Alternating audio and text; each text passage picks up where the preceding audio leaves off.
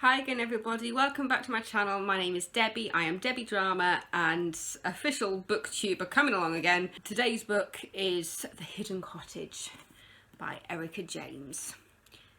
This is another one that I was reading all over the place because I read it in, it's probably over a week I think. I don't know why I'm just doing this. Obviously I need to cut my nails if I can do that. Hidden Cottage by Erica James. I read this everywhere. If I could read while I was driving, I would, but that's dangerous. Don't do it. Yeah, I was reading this in bed. I was reading it on the sofa while everybody else was watching TV. I was reading it at work. I was reading this at my day job, between clients, on my lunch and stuff. I must have been very antisocial while I was reading this. It's kind of a nice book in a way. It's nothing too strenuous. There's quite a lot of people in it, and there were points when I was trying to remember who everybody was. But it's a nice book about a town and the people in it. Because it's called The Hidden Cottage, but it's not really about the cottage. Obviously you do hear the story of the cottage, but it's more about a family that doesn't live in the cottage. Just to confuse you. So I'm going to read you the blurb. Mia Channing appears to have an enviable life. A beautiful home, a happy marriage, a job she enjoys, and 3 grown-up children to whom she's devoted. But appearances can be deceptive. When the family gathers for her son's 30th birthday, he brings with him his latest girlfriend who, to their surprise, has a 9-year-old daughter. Then, before the birthday cake has even been cut, Mia's youngest daughter Daisy seizes the opportunity to drop a bombshell. It's an evening that marks a turning point in all their lives, when old resentments and regrets surface and the carefully ordered world Mia has created begins to unravel. Having read the book, I feel the blurb is slightly deceiving. I don't know why I'd say it's deceiving. It feels like it concentrates on one night. It makes it seem like it concentrates all around the evening of her son's 30th birthday, but it's so much more than that. It's a nice book. You've got little flashbacks. The author really goes into depth into the history of each character, which is really nice because they're really fleshed out. Sometimes you might just get like a passing comment. This one, it takes each character and you get to know everything. So it goes back to all their childhoods, their growing up and stuff. So when you meet a character, it straight away gives you their whole backstory to find out where they are in that moment. And I think that's a really clever way of introducing characters.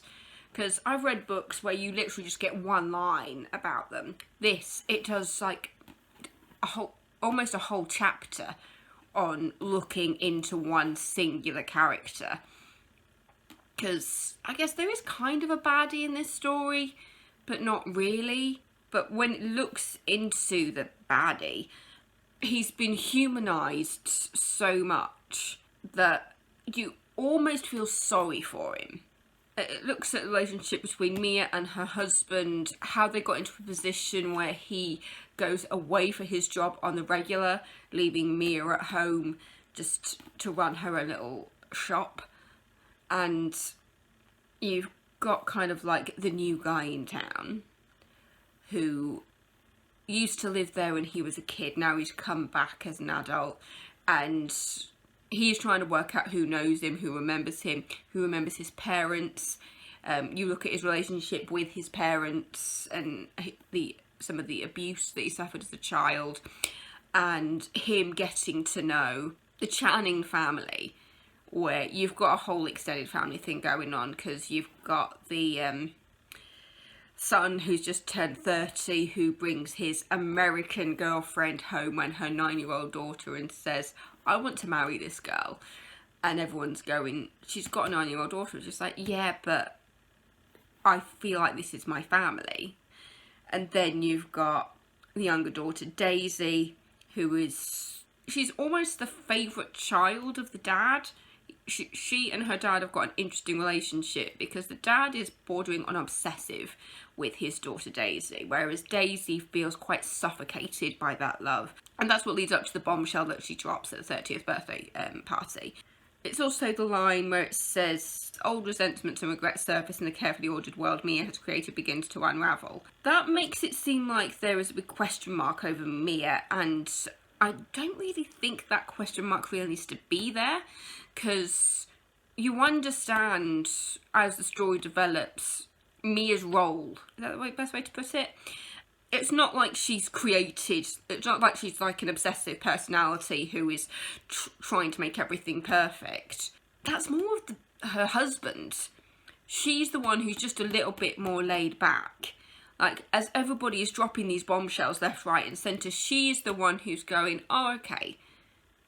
Like when the son says, I'm in love with this woman who has a 9-year-old daughter and I want to bring them over here to live. And she's just going, oh, that's lovely, while the dad is going, really? Really? She's got a 9-year-old daughter. When this all goes tits up, how is the daughter going to feel? And yeah, which I guess in a way is kind of an understandable way to think about things. But at the same time, it's just like, live in the moment, dude. You know, he's in love and he's falling in love with the daughter as well. You know, this is a family, you know. It's like a family drama, I guess. It's like a family soap opera, but it's a light-hearted family soap opera. So it's nothing as dramatic as like EastEnders or Emmerdale or Corrie. It's a light-hearted one where you're seeing all these things. You know, you've got the gossip ladies in town who are just trying to pick up on anything gossip-worthy and trying to spread it as far as they can throw it, which in this case is pretty far.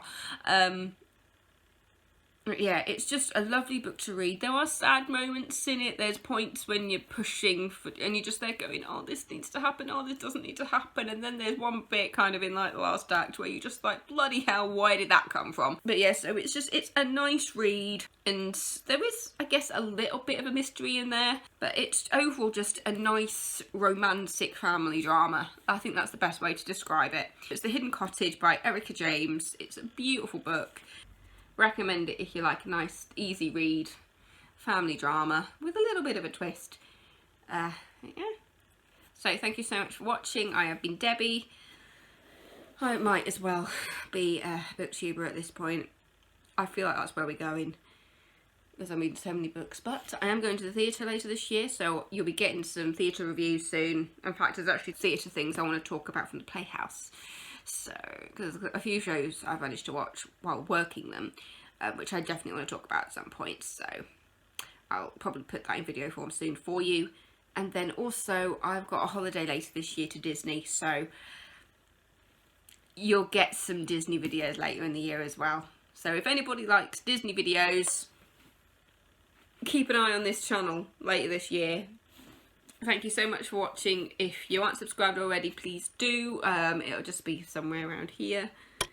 If you want to click on those bell notifications to find out when I upload every single Wednesday, usually around 8 AM UK time. So thank you so much for watching. I'm going to go have another cup of tea and finish watching Hobby City.